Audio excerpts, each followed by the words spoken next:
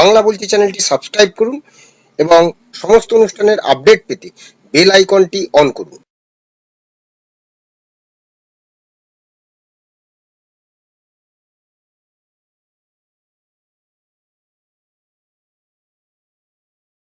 সরকারের কি কোনো দোষ নেই? স্বাস্থ্যমন্ত্রীর পদত্যাগ হবে না? মমতা ব্যানার্জি পুলিশ মন্ত্রী, তার কোনো সাজা হবে না?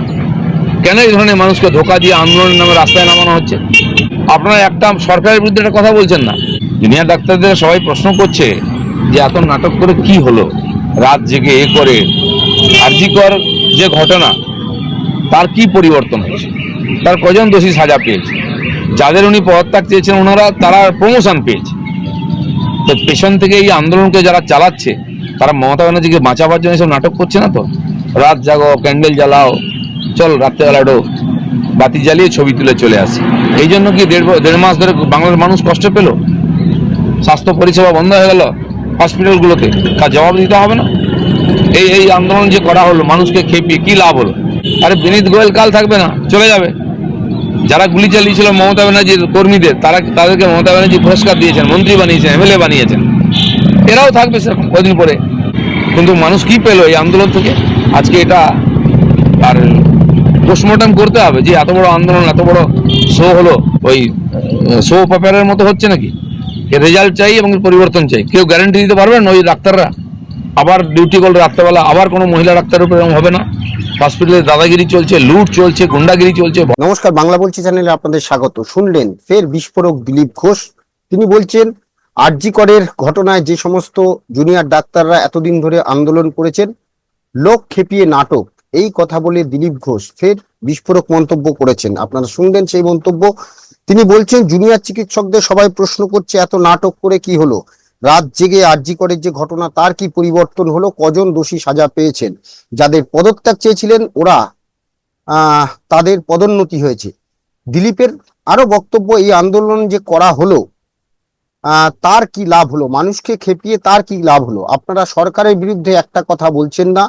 সন্দীপ ঘোষ ছাড়া পেয়ে যাবে অনুব্রত মণ্ডলের মতো, তারপর বিনীত গোয়েল দিব্যি খাবেন, ঘুরে বেড়াবেন। স্বাস্থ্যমন্ত্রীর পদত্যাগ হবে না, মমতা বন্দ্যোপাধ্যায় পুলিশ মন্ত্রী, তারও কোনো সাজা হবে না। যখন এই আন্দোলন নিয়ে বিজেপিও ধর্নায় বসেছিল এবং তারাও এই আন্দোলনে শ্যামবাজারে ধর্নায় বসেছিল, তারপরে তারা এসে ধর্মতলায় ধর্নায় বসেছে। প্রশ্ন হলো আজকে যখন আমরা এই প্রতিবেদন করছি, তাদের কালীঘাট চলো এই অভিযান রয়েছে এই অভয়ার মৃত্যুর প্রতিবাদ জানিয়ে। সেখানে হঠাৎ করে বিজেপি নেতারা জুনিয়র ডাক্তারদের যে আন্দোলন, যেখানে সাধারণ মানুষ সহানুভূতি দেখিয়েছেন, সেই আন্দোলনে সাধারণ মানুষের সমর্থন রয়েছে, সেখানে হঠাৎ করে বিজেপি নেতারা কেন আক্রমণ করছে? এর পিছনে কি তাহলে অন্য কোনো কারণ আছে? বিশেষ করে দিলীপ ঘোষের মতো একজন বর্ষিয়ান নেতা যিনি এই এই এই কথা বলছেন। আজকে আমরা এই বিষয়গুলো নিয়ে আলোচনা করব। আমি বিপ্লব, আমার সঙ্গে রয়েছেন সাংবাদিক অরূপ কালী। অরূপদা, স্বাগত জানাচ্ছি। অরূপদা, দিলীপ ঘোষের এই যে লোক খেপিয়ে নাটক, এই যে কথাটা বলছেন যে তারা মুখ্যমন্ত্রী পদত্যাগ চাইলেন না, পুলিশ মন্ত্রী পদত্যাগ চাইলেন না, তারা নাটক করছেন, হঠাৎ করে দিলীপ ঘোষ কেন এইরকম কথা বলতে গেলেন মনে হচ্ছে? এর পেছনে অন্য কি কোনো কারণ আছে? দেখো, যদি তুমি ওইটা আর কি দিলীপ ঘোষের আমরা ভিডিওটা না শোনাতে বা না বলতে, ওনার বাইট এটা মোটামুটি বা ওনার যা বক্তব্য এটা তৃণমূলের শাসক দলের বক্তব্যের সঙ্গে একদম মিলে যায়। যে কথাগুলো শাসক দলই ঠাড়ে ঠোড়ে বলছে বা তারাও যেটা প্রকাশ্যে বলতে পারছে না, যেহেতু এখন এই প্রকাণ্ড জনমতের চাপে তারা যে কথাটা বলতে পারছে না, সেই কথাটা অনায়াসে বিজেপির প্রাক্তন রাজ্য সভাপতি এবং প্রাক্তন সাংসদ অনায়াসে বলে দিলেন। যে কথাটা আর কি জনমতের চাপে শাসক দল বলতে পারছিল না। বারবার শাসক দল আন্দোলনটাকে ভাঙার অনেক রকম চেষ্টা করেছিল নানাভাবে, কিন্তু কোনো জায়গায় সফল হয়নি। কিন্তু এত কড়া ভাষায় কিন্তু কোনো সময় তারা বলতে পারছে না। উল্টে তারা কিন্তু বলছেন যে অভয়ের জাস্টিসের পাশে আমরাও আছি, আমরাও চাই অভয়ের জাস্টিস। এটাই তো শাসক দলের স্ট্যান্ড পয়েন্ট, যে আমরা চাই, জবাব দেবে সিবিআই। তারা কিন্তু আর কি খুব একটা এদের হ্যামার করছেন না, কারণ যেহেতু সেন্টিমেন্টটা এদের বিরুদ্ধে। সেই জায়গায় দাঁড়িয়ে আমরা দেখলাম যে দিলীপ ঘোষ কিন্তু সরাসরি দাগিয়ে দিলেন, এবং তার মধ্যে প্রথমত উনি বললেন যে তোমার আর কি কি হলো এটা করে, প্রায় উনি রাইট অফ করে দিয়েছেন যে আন্দোলন প্রায় শেষ হয়ে গেছে, কিছু হলো না, আন্দোলনকে প্রায় শেষ হয়ে যাওয়ার মুখে।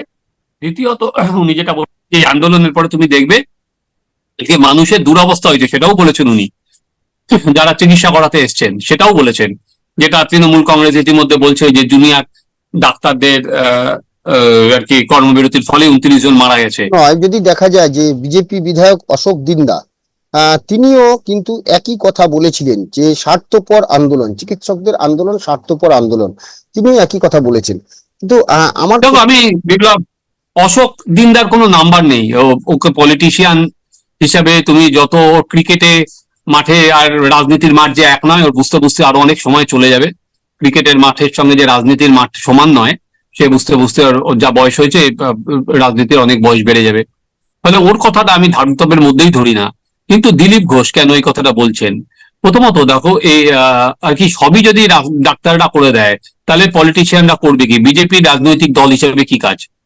এই ডাক্তারদের এই আন্দোলন সবসময় অরাজনৈতিক আন্দোলন ছিল, এবং তারা সবসময় যেটা চেষ্টা করেছিল এই রিফর্ম করার, এই যে স্বাস্থ্য ব্যবস্থাটা, সেটা ধরে তারা ঝাঁকিয়ে দিয়েছিল। তারা কোনো সময় স্বাস্থ্যমন্ত্রীর পদত্যাগ, পুলিশ মন্ত্রীর পদত্যাগ, তারা এটা আন্দোলনে ছিলও না প্রথম থেকে, এটা থাকার কথাও নয়, কারণ তাদের রাজনীতিটা পুরোপুরি অরাজনৈতিক ব্যানারে সেই আন্দোলন হচ্ছে। হ্যাঁ, এটা ঠিকই যে ধরো যখন ছাত্র আন্দোলন করবে, ছাত্র আন্দোলনে প্রত্যেকেরই ছাত্র সংগঠন আছে বিভিন্ন পার্টি, এই ছাত্র সংগঠনে কেউ এসএফআই করবে, কেউ তোমার নকশাল সংগঠন করবে, কেউ ডিএসও করবে।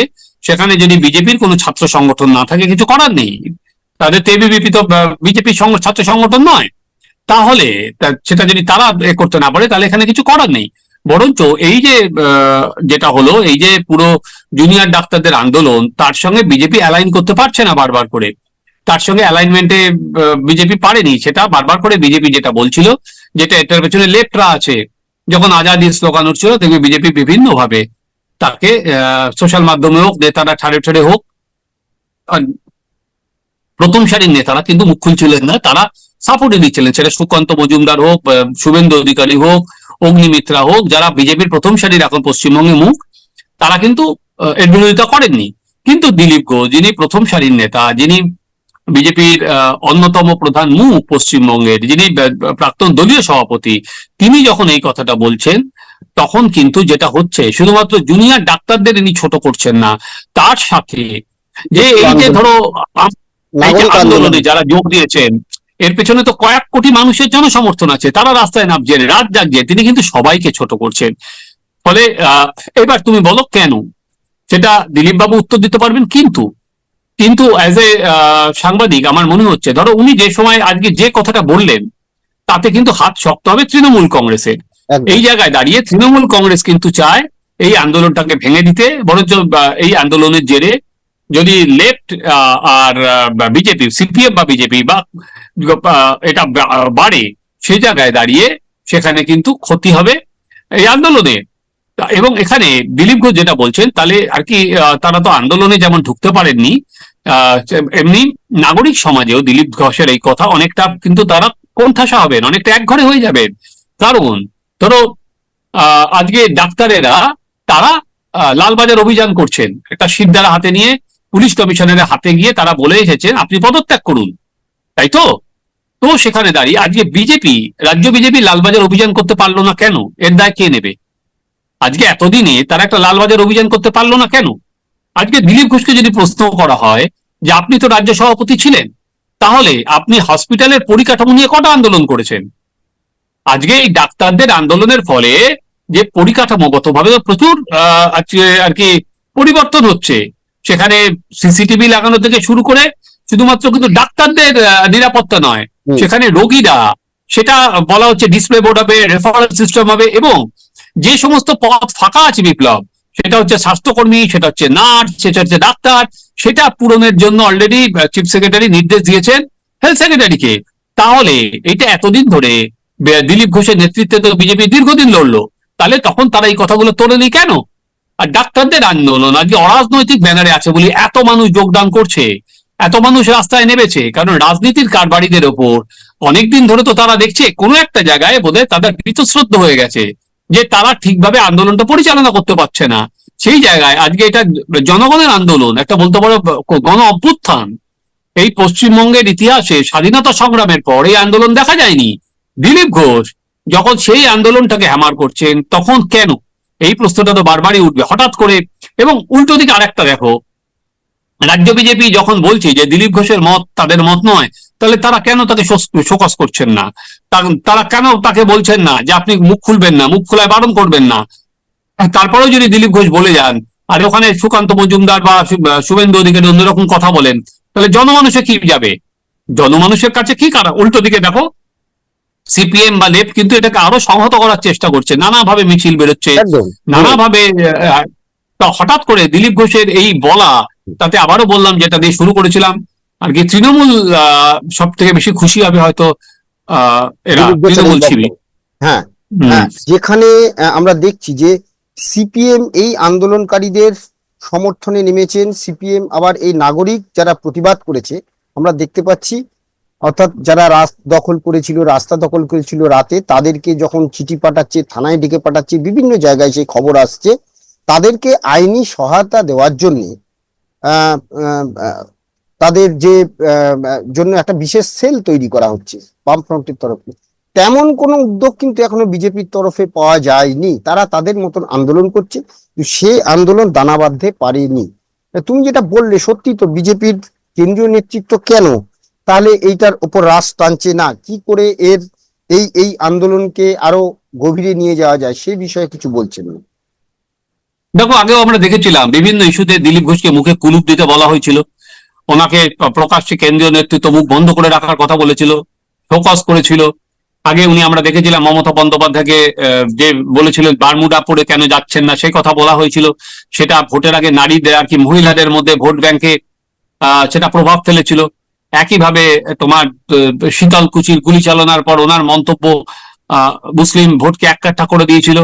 তো ফলে বারবার করে যখন একই লোক বারবার যখন একই কথা বলেন, তখন বিপ্লব একটা প্রশ্ন তো উঠতে পারেই যে কেন বলছেন, হঠাৎ করে তিনি এইখানে কেন বলছেন, এই আন্দোলনকে তিনি কেন দমানোর চেষ্টা করছেন? যে আন্দোলনে এত লক্ষ লক্ষ মানুষ রাস্তায় বেরোচ্ছে, সেখানে তিনি কি করে ধরে নিচ্ছেন যে আন্দোলনটা এখনো শেষ? এবং এই আন্দোলনটা তো এখনো চলছে। এই আন্দোলনটা তো ডাক্তারদের চাপ আছে বলেই না এতগুলো পদত্যাগ করতে বাধ্য হলো। আজকে বিজেপি কোন এখনো পর্যন্ত আর কি এই সরকারকে চাপ দিয়ে কোনো কাজ করাতে পেরেছে? কি কাজ করাতে পেরেছে আজ পর্যন্ত? কি কোনো কাজ করাতে পেরেছে? বিজেপির আন্দোলনের জন্য কি কোনো কাজ হয়েছে? আজকে তুমি ধরো শিক্ষক আন্দোলন থেকে সব আন্দোলন, বিজেপিতে সব জায়গায় নৈতিক সমর্থন বলে চলে যাচ্ছে। যখন রাস্তায় বসে আছে বলছে আমাদের নৈতিক সমর্থন আছে, আর কিছু হচ্ছে আদালতে লড়ছে, রাস্তায় কোথায় লড়ছে? ফলে রাস্তায় লড়ার কাজটা রাজনৈতিক দলে। আজকে ডাক্তারেরা যে কাজ করছে, আজকে সার্জারি করছে সমাজে, কিন্তু এরা রাজনৈতিক দল হিসেবে ব্যর্থ। সেই ব্যর্থতার দায়টা তো মেটানোর দায়িত্ব জুনিয়র ডাক্তারদের নয়, তারা তাদের দাবিটা করবেন। দিলীপ ঘোষের সেটা পছন্দ হতেই পারে, না হতে পারে, কিন্তু যে ভাষায় উনি বললেন সেটা কিন্তু আর কি এই যে বললাম যে একটা বৃহত্তর প্রশ্ন কিন্তু তুলে দিয়ে যাচ্ছে। একদম। যেভাবে উনি বলছেন, লোক খেপিয়ে নাটক করছেন বললেন জুনিয়র চিকিৎসকদের এই আন্দোলন, সত্যি এটা কি তৃণমূলকে সুবিধা করে দিচ্ছে? অর্থাৎ এই আন্দোলন যাতে স্থগিত করে দেওয়া যায়, তার যে বিভিন্ন রকম ভাবে চেষ্টা করা হচ্ছিল বিজেপির তরফ থেকে, দিলীপ ঘোষ বা অন্যান্য নেতারা এই সব কথা বলে এই আন্দোলনের তারাও কি চাইছেন এই আন্দোলন বন্ধ হয়ে যাক? কারণ তারা তো কলকে পাচ্ছে না এই আন্দোলনে।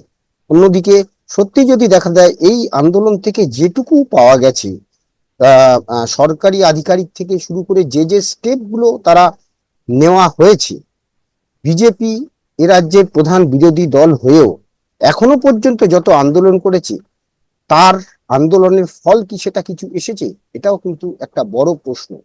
এখন দেখার যে কেন্দ্রীয় নেতৃত্ব এইসব কথা যাতে জনসমক্ষে না বলা হয়, সেই জন্য কি দিলীপ ঘোষ বা অন্যান্য নেতৃত্বের মুখে রাশ টানবে, সেদিকে নজর থাকবে। ধন্যবাদ অরূপদা, ধন্যবাদ আপনাদের আমাদের এই আলোচনা নিয়ে আপনাদের মতামত কমেন্টস বক্সে জানাবেন। ভালো লাগলে অবশ্যই লাইক দেবেন। সবাই ভালো থাকবেন, নমস্কার।